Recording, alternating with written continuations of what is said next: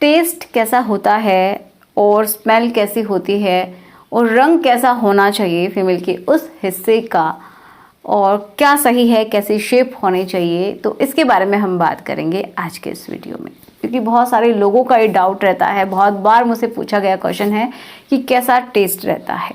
Okay, तो चलिए समझते हैं।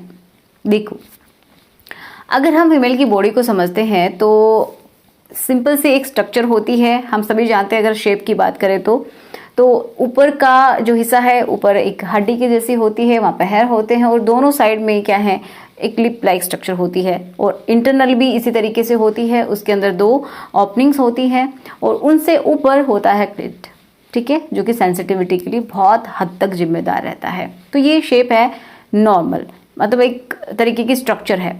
अब ये थोड़ी बहुत डिफरेंट हो सकती है, बहुत तरीके की शेप्स होती हैं।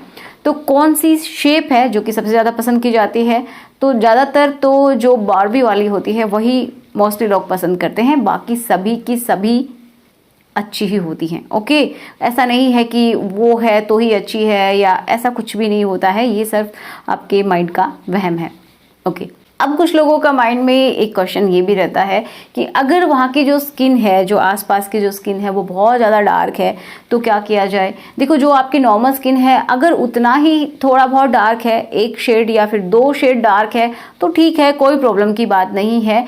या फिर ऐसा है कि अगर आपका पहले से ही डार्क है तो भी कोई प्रॉब्लम की बात नहीं है, जब से आपने होश संभाले हैं तब से ही आपको ऐसा दिख रहा है तो कोई दिक्कत की बात नहीं है।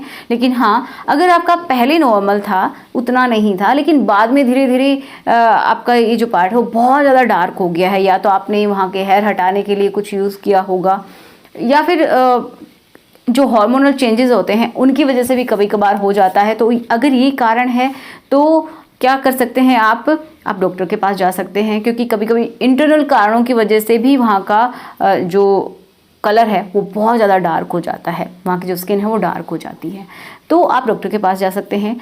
हाँ, एक बात और है कि कुछ लोग क्या करते हैं, अगर थोड़ा सा हाइजीन का केयर नहीं रखते हैं तो भी वहाँ पे मैल की परत जम जाती है, तो वो प्लीज़ उसको अच्छे से क्लीन कीजिए, वहाँ की साफ़ सफाई अच्छे से रखिए। हाइजीन प्रॉपर तरीके से आप रखेंगे तो नेचुरली थोड़ा सा इम्प्रूव होता है।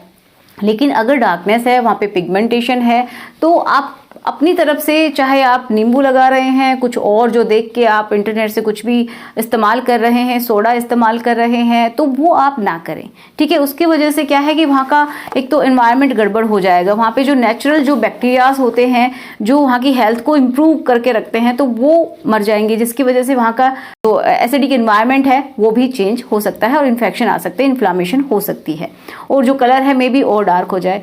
तो अगर आपको लगता है कि कुछ आपको ट्राई करना है तो बिल्कुल आप ट्राई करके देख सकते हैं। ये वेवेदा का इंटीमेट वाइटनिंग रोल ऑन है, आप इसका इस्तेमाल कर सकते हैं, चाहे मेल है चाहे फीमेल है, कोई भी इसको इस्तेमाल कर सकता है। इस्तेमाल करना भी बहुत आसान है।